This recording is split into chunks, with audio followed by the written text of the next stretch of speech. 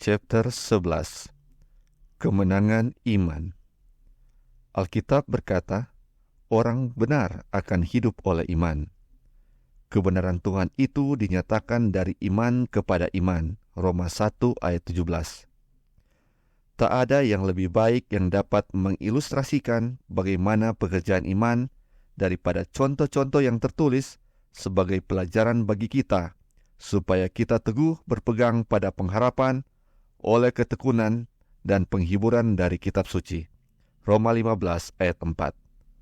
Pertama-tama, kita akan melihat peristiwa penting yang tertulis dalam 2 Tawarik 20 ayat 2.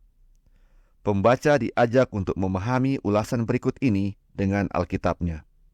Setelah itu, Bani Moab dan Bani Amon datang berperang melawan Yosafat bersama-sama sepasukan orang Meunim. Datanglah orang memberitahukan Yosafat, suatu laskar yang besar datang dari seberang laut Asin, dari Edom, menyerang tuanku. Sekarang mereka di Haseson Tamar, yakni En-Gedi. Ayat 1-2. Laskar yang besar itu menyebabkan sang raja dan bangsa itu menjadi takut. Tetapi mereka mengambil tindakan yang bijaksana untuk sama-sama berkumpul meminta pertolongan dari Tuhan. Mereka datang dari semua kota di Yehuda untuk mencari Tuhan. Ayat 3-4. Pelajarilah doa Yosafat sebagai pemimpin perkumpulan itu. Doa itu sangat bermanfaat untuk diselidiki, sebab itu dilakukan dengan iman dan dalamnya terdapat awal kemenangan mereka. Lalu Yosafat berdiri di tengah-tengah jemaah Yehuda dan Yerusalem di rumah Tuhan, di muka pelataran yang baru, dan berkata, "Ya Tuhan, Allah nenek moyang kami, bukankah Engkau Allah di dalam surga? Bukankah Engkau memerintah atas segenap kerajaan bangsa? Kuasa dan keperkasaan ada di dalam tangan-Mu, sehingga tidak ada orang yang dapat bertahan melawan Engkau." Ayat 5 dan 6. Doa pembukaan itu sangat istimewa. Dia memulai dengan pengakuan akan Tuhan di surga. Model doa itu dimulai sebagai berikut. Bapa kami di dalam surga. Apa hal penting dalam kalimat ini? Tuhan sebagai Tuhan yang ada di surga adalah pencipta itu. Ini menyangkut pengakuan kuasanya atas seluruh kerajaan dunia dan seluruh kuasa kegelapan. Fakta bahwa Dia berada di surga sebagai Sang Pencipta menunjukkan bahwa dalam tangannya terdapat kuasa dan kekuatan yang besar. Tak ada seorang pun yang mampu menandinginya. Sebab seorang yang memulai doanya di saat yang diperlukan dengan pengakuan demikian tentang kuasa Tuhan, menandakan bahwa kemenangan itu sudah ada di pihaknya.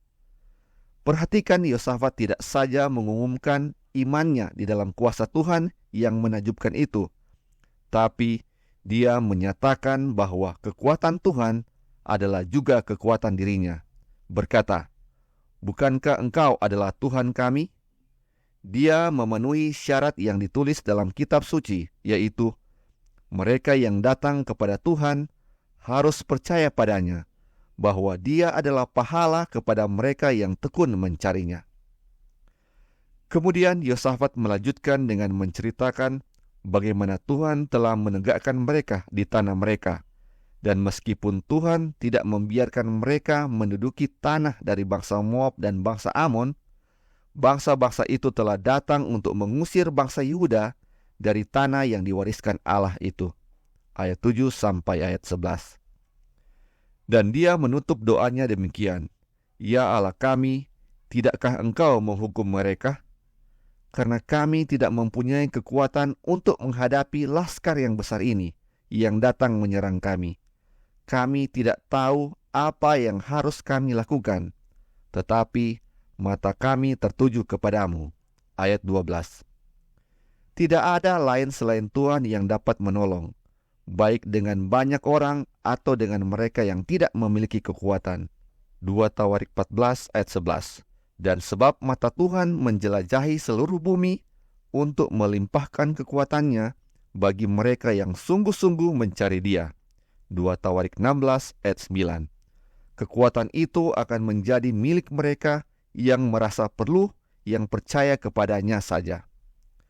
Pendirian Yosafat dan segenap bangsa itu sesuai sekali dengan ajaran kerasulan yang berkata, melihat kepada Yesus sebagai pencipta dan penutup dari iman kita. Ibrani 12 ayat 2. Dialah yang awal dan yang akhir, semua kuasa baik di surga dan juga di bumi ada di tangannya. Apa hasil doa tersebut? Roh Kudus datang memenuhi seorang nabi Tuhan dan berseru, camkanlah hai seluruh Yehuda dan penduduk Yerusalem dan tuanku Raja Yosafat. Beginilah firman Tuhan kepadamu. Janganlah kamu takut dan terkejut karena laskar yang besar ini, sebab bukan kamu yang akan berperang, melainkan Allah. Ayat 15. Dan datanglah perintah untuk maju di pagi hari untuk melawan musuh mereka, dan mereka akan melihat keselamatan dari Tuhan, sebab Dia akan menyertai mereka. Lalu tiba pada bagian yang terpenting.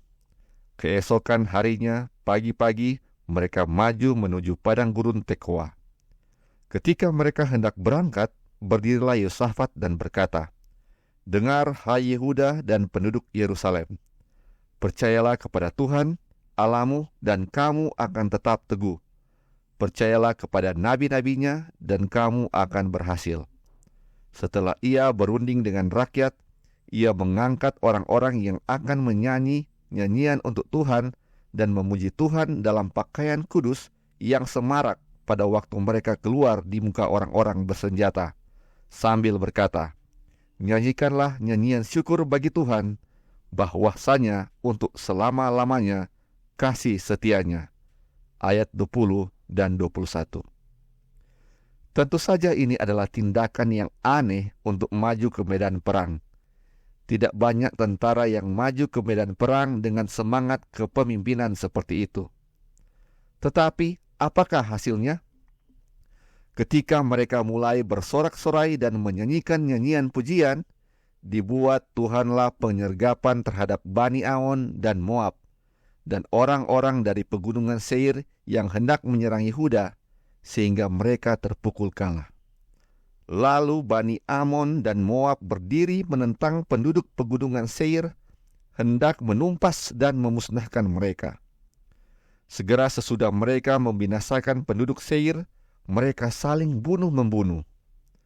Ketika orang Yehuda tiba di tempat peninjauan di padang gurun, mereka menengok ke tempat laskar itu. Tampaklah semua telah menjadi bangkai berhantaran di tanah. Tidak ada yang terluput. Ayat 22-24. Jika hanya sedikit tentara yang pergi berperang dengan barisan depan seperti yang dilakukan tentara Yosafat, dapat dipastikan bahwa tentara yang sedikit itu telah dihadiahi kemenangan yang begitu besar. Jadi, tidak salah untuk mempelajari dengan teliti falsafah kemenangan iman mereka, seperti yang diilustrasikan dalam contoh ini. Ketika musuh yang penuh percaya diri itu, sebab mereka memiliki jumlah tentara yang lebih besar, mendengar bahwa Israel mendekat pada pagi hari itu dengan nyanyian dan sorak-sorai, kesimpulan pasti apa yang ada dalam pikiran mereka? Tidak lain adalah bangsa Israel telah menerima bala bantuan dan telah dikuatkan. Maka sia-sialah untuk mencoba mengadakan perlawanan. Kepanikan menguasai mereka, dan mereka menganggap sesamanya sebagai musuh mereka sendiri. Bukankah kesimpulan mereka ada benarnya bahwa bangsa Israel telah menerima bala bantuan? Memang benar, sebab seperti tertulis, ketika mereka mulai bersorak-sorai dan menyanyikan nyanyian pujian, dibuat Tuhanlah penyergapan terhadap Bani Amon dan Moab, dan orang-orang dari pegunungan Seir. Bala tentara Tuhan kepada siapa Yosafat dan tentaranya percaya, bertarung bagi mereka. Mereka mendapatkan bala bantuan dan yakin bahwa jika saja mata-mata mereka dapat dibukakan, mereka akan mampu melihat bala tentara itu dengan nyata, seperti hamba Elisa yang melihat bahwa bala tentara yang ada di pihak bangsa Israel jumlahnya melebihi bala tentara musuh. Tetapi poin penting yang khususnya harus diperhatikan di sini adalah ketika bangsa Israel mulai menyanyikan lagu-lagu pujian, maka Tuhan menjadi penghalang bagi musuh mereka. Apa arti pentingnya? Artinya adalah iman mereka itu nyata. Janji Tuhan dipandang sebagai janji yang nyata, senyata hasil yang mereka terima. Jadi, mereka percaya pada Tuhan, atau secara harafiah, mereka berdiri dalam Tuhan dan mereka diteguhkan atau dikuatkan oleh Tuhan. Dengan demikian, mereka membuktikan kebenaran firman berikut. Dan inilah kemenangan yang mengalahkan dunia, yaitu iman kita. 1 Yohanes 5 ayat 4. Sekarang, marilah kita aplikasikan ilustrasi ini ke dalam kasus pertentangan kita melawan dosa. Datanglah godaan kuat untuk melakukan sesuatu yang diketahui salah. Kita telah sering membuktikan dalam kesedihan kita kekuatan pencobaan, karena pencobaan itu telah mengalahkan kita, sehingga kita tahu bahwa kita tidak memiliki kekuatan untuk melawannya. Tetapi ketika mata kita terbuka pada Tuhan yang telah memanggil kita untuk datang mendekati tahta kemurahan-Nya dengan penuh keberanian, agar kita dapat menerima pengampunan dan belas kasihan yang akan menolong kita di saat-saat yang diperlukan, maka kita akan mulai berdoa meminta pertolongan Allah. Kita berdoa kepada Allah yang telah dinyatakan kepada kita dalam Alkitab sebagai Sang Pencipta surga dan bumi. Kita akan memulai doa kita bukan dengan kalimat yang penuh duka karena kelemahan kita, tetapi dengan pernyataan gembira akan kuat kuasa Allah. Setelah hal itu sudah beres, selanjutnya kita boleh mengutarakan kesulitan dan kelemahan kita. Jika kita mengutarakan kelemahan kita dan situasi yang mematahkan semangat kita terlebih dahulu, kita menempatkan diri kita dahulu daripada Allah. Dalam keadaan ini, setan akan memperbesar kesulitan itu dan menebarkan kegelapannya di sekitar kita, agar kita tidak dapat melihat apapun kecuali kelemahan kita.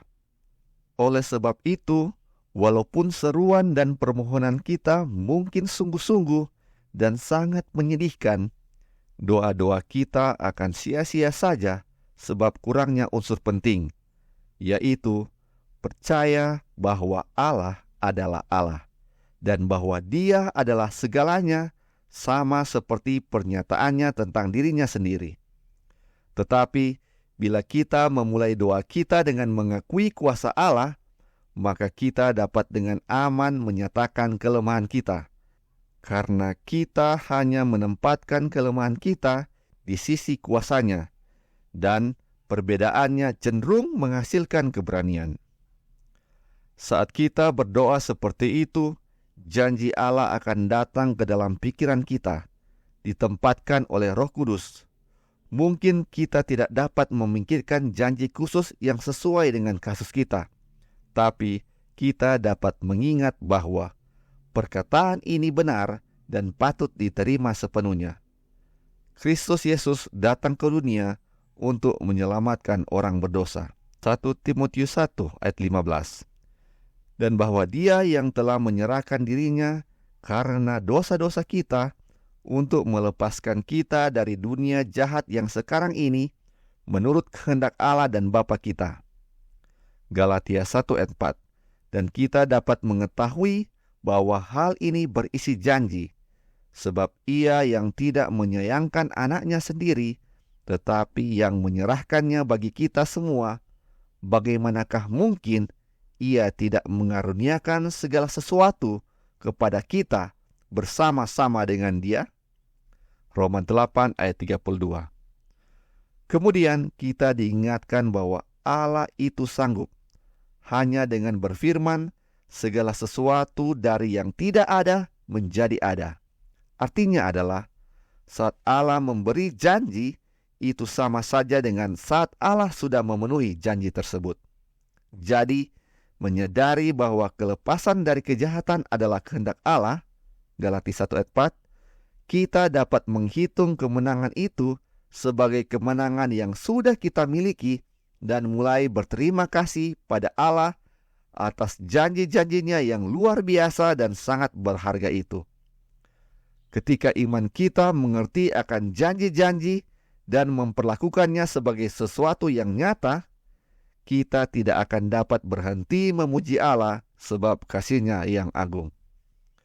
Dan sementara kita berlaku demikian, pikiran-pikiran kita akan sepenuhnya dijauhkan dari kejahatan, dan kemenangan menjadi milik kita.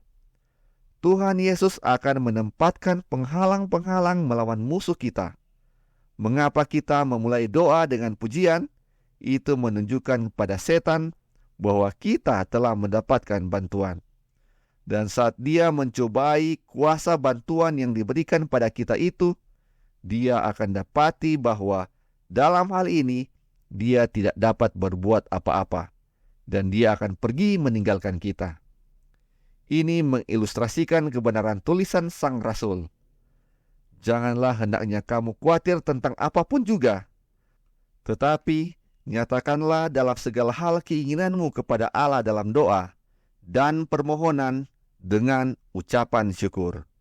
Filipi 4 ayat 6.